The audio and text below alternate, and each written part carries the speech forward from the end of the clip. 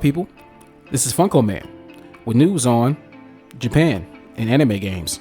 Nikkei Asia writes, in September, dozens of gamers stood patiently in line in a dimly lit area of the Makuhari Messe Convention Center outside Tokyo, waiting to be summoned into the company of fantasy warriors. When their turn came, many posed with men and women dressed to look like heroes from the post-apocalyptic role-playing action game Wuthering Waves, complete with wigs and bright shades of pink and blue.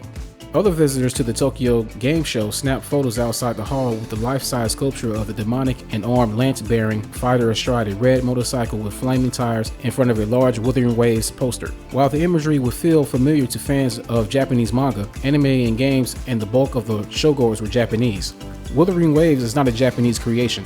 The game, released just 4 months earlier, was developed by China's Kuro Games. Touched by the big turnout at the company's booth, Shio Zhu, Kuro Japan's marketing manager, said, "Core fans have so much passion and love for the characters." Kuro's success with the Wuthering Waves and other titles highlights how the aesthetic of Japanese and anime manga are becoming ubiquitous, even with the game developers in China, South Korea, and other parts of Asia. For Japan, this trend is something of a mixed blessing. Many players overseas who have become fans of anime-style games from other countries have also gotten interested in other Japanese productions, are investing in gaming systems from Nintendo or Sony Group, or are traveling to the country for related events, shopping, and sightseeing. Yet, some observers say Japanese companies are failing to fully capitalize on global interest in anime and have become too reliant on old characters. Others are concerned that the growing omnipresence of anime aesthetics could sow the seeds of their undoing. People in their late 20s are used to seeing Japanese animation, said Hideki Yasuda, a senior analyst at Toyo Securities. The anime-esque aesthetic is becoming the de facto standard. In a few years, I think anime will be all over the world. In game design, the stylized anime look contrasts with the photorealism that Western developers have ardently pursued. But the difference between the two extends beyond visual approach. While Western games often make the player themselves effectively the main character, anime-centric games typically feature much more involved character and narrative development. US users view the game avatar as themselves, whereas Asian users view them as something external, says Satoshi Murakami, a professor of character design at the Kyoto University of the Arts. The fantasy action release Genshin Impact exemplifies Asian gaming's movement toward the anime aesthetic. Launched in 2020 by MiHoYo, a Shanghai-based company formed by a trio of anime lovers, it was still the top revenue-generating mobile game in 2023 in the role-playing category. The most popular game type, according to the market research company Sensor Tower, video game research service Nico Partners reckons Genshin Impact has generated USD 9 billion in revenue so far. While Genshin Impact has lost some steam this year, newer anime-style titles of MiHoYo's Honkai Star Rail and Legend of Mushroom from Chinese rival JoyNet Games have been climbing Sensor Tower's revenue rankings in many markets. The background of Kuro Games is much like that of MiHoYo. Founded by a group of 9 in 2014, Kuro's name is said to reference the 1990s Japanese manga Cardcaptor Sakura. Most of our employees and developer team members are influenced by and love Japanese anime, myself included, Shu said. Adding that the company now has 1,300 staff, we are interested in Japanese quote-unquote game titles and anime, and that passion has pushed us to create these games. The gaming market in Japan and East Asia is significantly larger and quite distinct from that of the West. In this region, smartphone titles make up 3/4 of consumer spending on video games. In North America and Europe, console gaming is a big market, accounting for a share of spending more than 10 times as large as in East Asia. Market size expansion is a plus for the Japanese game industry since it has an edge, as it knows anime inside and out, said Tokyo Securities Yasuda. When the market expands, it brings in global revenue. It means more money for game development. Successful anime-style smartphone games from Asia developers also appear to be helping boost sales of Sony and Nintendo consoles. Jefferies analyst Atul Goyal said that mobile games have become a gateway, leading some players to want to play on consoles.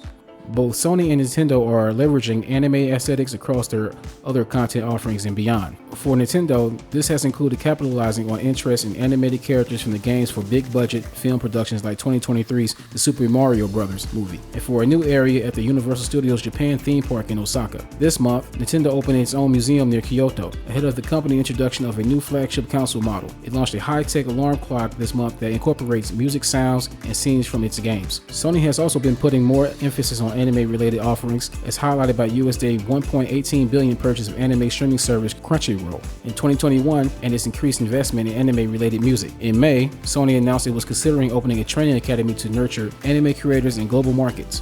Ahead of the Christmas shopping season, it will begin selling a new version of the flagship PlayStation 5 console next month.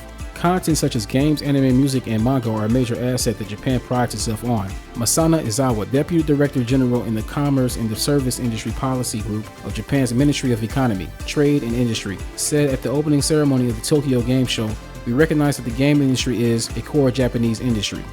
Video games accounted for a majority of Japan's content exports in 2022, well ahead of anime, movies, television, and print publications. The government is aiming to more than quadruple content exports by 2033 to Japanese yen 20 trillion, USD 132.5 billion from Japanese yen's 4.7 trillion, USD 31.1 billion in 2022. Gaming is also adding fuel to Japan's visitor flows and tourist spending, which both appear on track to reach new annual highs in 2024. For example, in its tourism marketing, Nagasaki Prefecture has embraced the 2020 game Ghost of Tsushima, created by a Sony-owned studio. Nagasaki, which has jurisdiction over Tsushima, an island in the sea between Fukuoka and Japan and Busan, South Korea, highlights many sites included in the game, which is set against the backdrop of a 13th century Mongol invasion. Sony is now making Ghost of Tsushima into a live-action movie.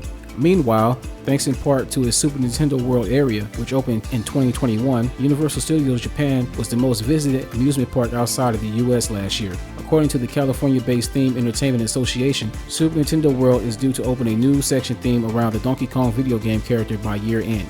Anime Star Games led Rapibo Wang, a graduate student from Taiwan now based in the US, made his first trip to Japan on his own when he was in college. He visited a number of sites in Saitama Prefecture, which abuts Tokyo, because of their role in storylines that had captivated him, and he said he took a bunch of pictures reproducing scenes. At the Tokyo Game Show itself, more than half of the exhibiting companies and organizations came from overseas. Among them was South Korea's Ology Games. Ayami Hamabe was one of the showgirls drawn to Ology's booth, which was promoting a game called Pom Pom Doodoo. "I thought these characters were cute," Hamabe said, showing off a handful of stickers depicting cartoonish pastel animals. "I tried playing the game and it was very healing and super nice," the 34-year-old said at the show. "I really want to play it once it's out."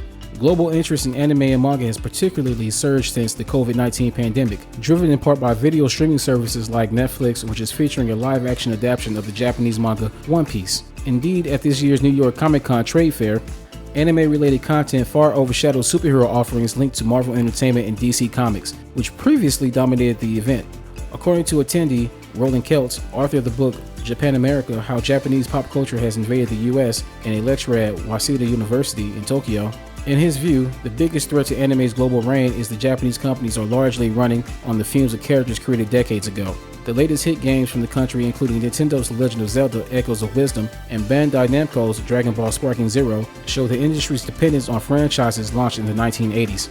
"The appeal of anime is so heavily character-driven," Keltz said. "It's actually pretty difficult to create appealing characters, and there's not a lot of new talent. Just about every studio is suffering from a labor shortage," he said, adding staff are overworked and underpaid. "The companies tend to want to do everything cheaply." Kyoto University of the Arts Murakami, who was involved in the creation of the Final Fantasy game series, believes game developers have gotten so caught up in the attractive aesthetics of anime that they are losing sight of the importance of narrative. "If people just want to see characters, there's no point of that having to be in the game," he said. "If we don't think about whether a game is fun to play or of its experiential design, we will actually fall to ruin." In pursuit of something new, the Kyoto University of the Arts has joined a project that combines gaming with contemporary art. "Games are not something you can crack with a code," Murakami said. "That's the charm and challenge of it."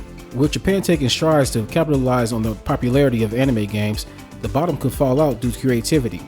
What do you think? Please comment, like, and subscribe. Funko Man, out.